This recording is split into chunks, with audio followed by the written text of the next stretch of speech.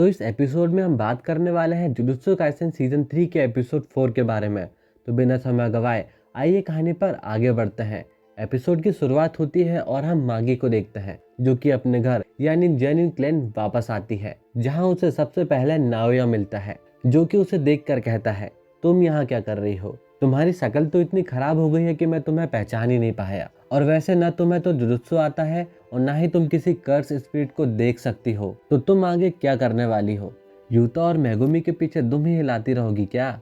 अब नाओया के शब्द तो काफी कड़वे होते हैं, लेकिन माकी उसे इग्नोर कर आगे बढ़ जाती है और एक अंडरग्राउंड वेयरहाउस की ओर जाने लगती है जहाँ पर की सारे कर्स टूल रखे हुए थे। तभी माकी की मदर उसे रोकते हुए कहती है, तुम भूल गई क्या, वहाँ पर औरतों का जाना मना है। जिसमें माकी कहती है, मेरे पास वेयरहाउस की चाबी है और साथ ही क्लेन के मुखिया मेगुमी की परमिशन, तो इसमें तो कोई प्रॉब्लम नहीं होनी चाहिए। जबकि माकी ने ही मेगुमी को बताया था कि नाओबितो की वसीयत के हिसाब से अब मेगुमी जेनिन घराने का हेड बन गया है, जिसमें मेगुमी ने कहा था उसे हेड नहीं बनना है और ना ही उसे जायदाद का कोई हिस्सा भी चाहिए। पर माकी ने उसे समझाया, जुजुत्सु के तीनों बड़े घराने में से अगर वह जेनिन घराने का हेड बनता है तो उन्हें ऊपर की सारी खबरें रहेंगी। तब मेगुमी कहता है, तो मेरी जगह तुम ही हेड बन जाओ। तो माकी कहती है, वे लोग उसे कभी भी हेड नहीं मानेंगे, वैसे भी तुम्हारे पास क्लेन की टेक्निक है और तुम्हें डोमेन बनाना भी आता है। पर माकी अभी इस लायक नहीं है। इधर माकी की मदर उसे काफी कुछ सुनाती है,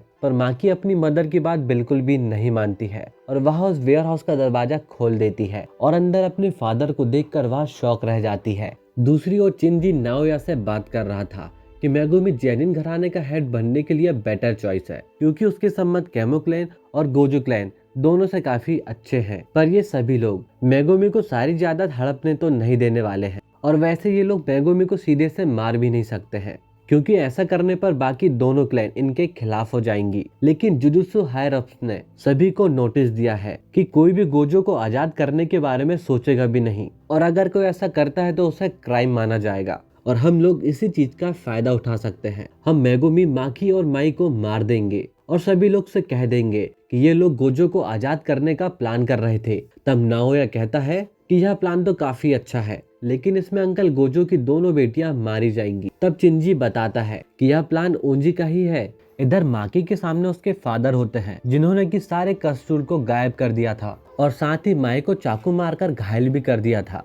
तभी माकी अब ड्रैगन बोन नाम के कर्स टूल को लेकर आगे बढ़ने लगती है, जिसे कि जूजू ने बनाया था। वह उसी ड्रैगन बोन से ओजी की कटाना को काट देती है, लेकिन ओजी अपनी कर्स एनर्जी से मागी को स्लैश कर देता है। ओजी बोलता है, क्या तुम्हें पता है कि मुझे जेनिन घराने का हेड क्यों नहीं बनाया गया था? तुम दोनों लड़कियों की वजह से। तुम दोनों किसी काम की नहीं हो, बस मेरे सर में लगा कभी न मिटने वाला दाग हो तुम दोनों। वरना जुजुत्सु के मामले में ओजी कभी अपने भाइयों से कम नहीं था। जिसके बाद ओजी दोनों लड़कियों को ले जाकर एक चेम्बर में पटक देता है और वह बताता है, इस चेम्बर में ग्रेड 2 और उसके नीचे की कर्स स्पिरिट्स भरी हुई हैं जो कि जल्द ही तुम्हें खा जाएंगी। फिर वह उन्हें अलविदा करता है और वहां से निकल जाता है।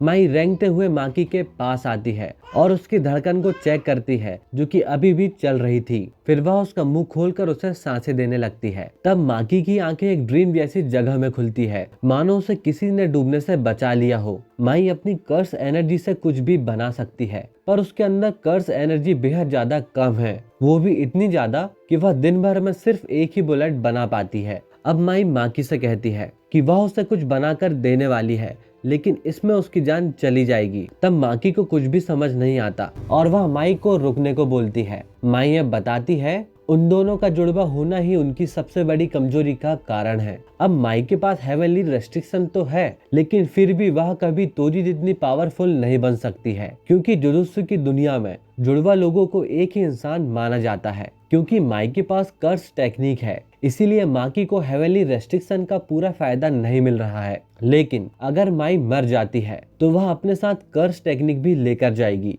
जिससे कि माकी को हेवनली रेस्ट्रिक्शन का पूरा फायदा मिलेगा। तभी माई माकी को कुछ देते हुए बोलती है, वादा करो तुम सब कुछ तबाह कर दोगी। तभी माँ की होश में आती है और वह देखती है कि माई अब इस दुनिया पर नहीं रही, वह मर चुकी है। पर साथ ही वह माकी के लिए एक सोल कटाना छोड़ गई थी, जिससे कि माकी सीधा किसी इंसान की सोल पर अटैक कर सकती है। अब माकी अपनी बहन की डेथ पर रोने लगती है और उसी वक्त सभी कर्स स्पिरिट उसे घेर लेती है। इधर ओजी को महसूस होता है कि किसी ने अचानक ही सारी कर्स स्पिरिट को खत्म कर दिया है। उसे यहाँ पर ठीक वैसा ही डर लगने लगता है जैसा कि कभी तोजी के आने से लगता था। तो वह अपनी कर्स टेक्निक को एक्टिवेट कर लेता है और लड़ने के लिए तैयार हो जाता है, लेकिन मागी बिजली की तेजी से उसे खत्म कर देती है, उसकी तलवार जो कि माई उसके लिए छोड़ कर गई थी। तभी जेनिन क्लेन में खतरे की घंटी बजने लगती है। रांता चिंजी और नाओया को आकर बताता है कि माँ पागल हो गई है और उन्होंने ओजी को मार दिया है। अब माकी से निपटने के लिए कुकुरु यूनिट को भेजा जाता है,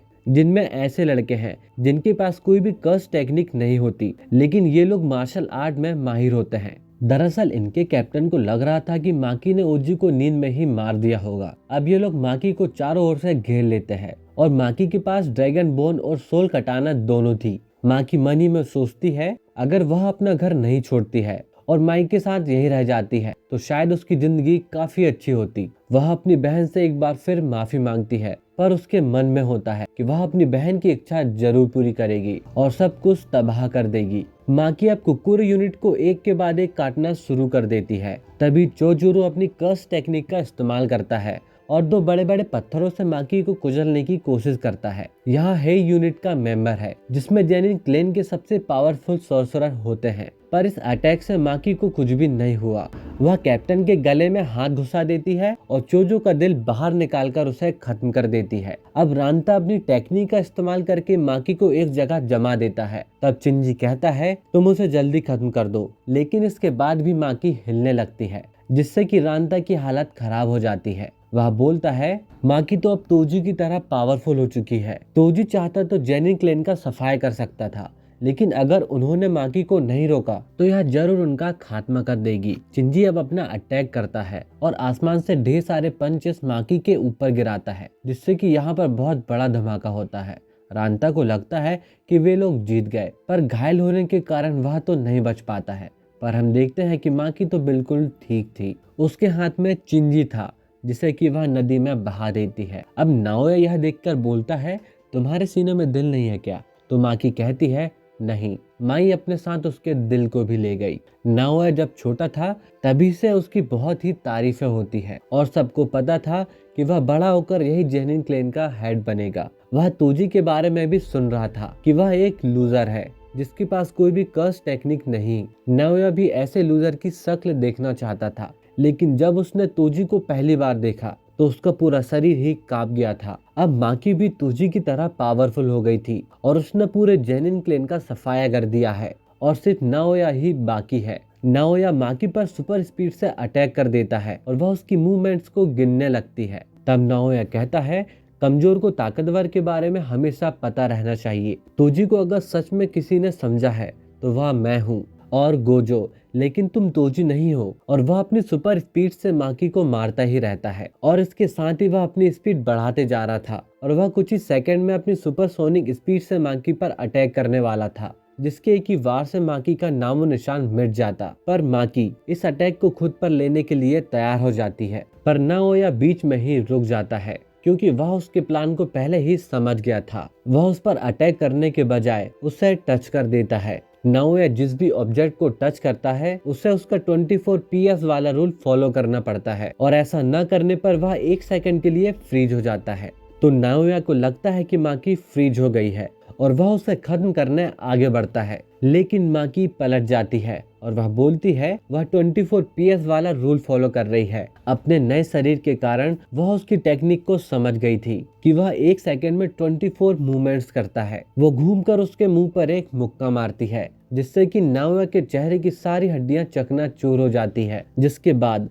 अब सिर्फ माकी की मदर ही बची हुई थी और उन्हें भी ढूंढने लगती है और जैसे ही वे मिलती हैं तो वह उसे भी मार देती है। हम देखते हैं नाओया किसी तरह से जिंदा बच गया था, पर पीछे से माकी की मदर आकर उसे चाकू घुसा देती है और वे दोनों वहीं पर खत्म हो जाते हैं। आखिर में वह सोचती है कि वे लोग खुशनसीब है कि उसने उन दोनों लड़कियों को जन्म दिया। माकी अब माई की बॉडी को यहाँ से ले जाने लगती है। तभी मोमो रोते हुए यहाँ पर आ जाती है। वह बोलती है उसने आने में देर कर दी। माकी माई की बॉडी को उसके हवाले कर देती है। मोमो माकी से पूछती है अब वह आगे क्या करने वाली है, पर माकी उसकी बात का जवाब नहीं देती है। बाद में हमें पता चलता है कि माकी ने जेनिन क्लेन के बचे हुए सारे मेंबर्स को मार दिया है, पर किसी को भी पता नहीं चलता कि यह काम किसने किया। गोजो और केमो क्लेन जेनिन क्लेन को बिग 3 से हटने का प्रस्ताव रखते हैं, लेकिन इसका आखिरी फैसला तो जुजुत्सु हेडक्वार्टर को ही करना था। और इसी के साथ यह एपिसोड यहीं पर खत्म हो जाता है।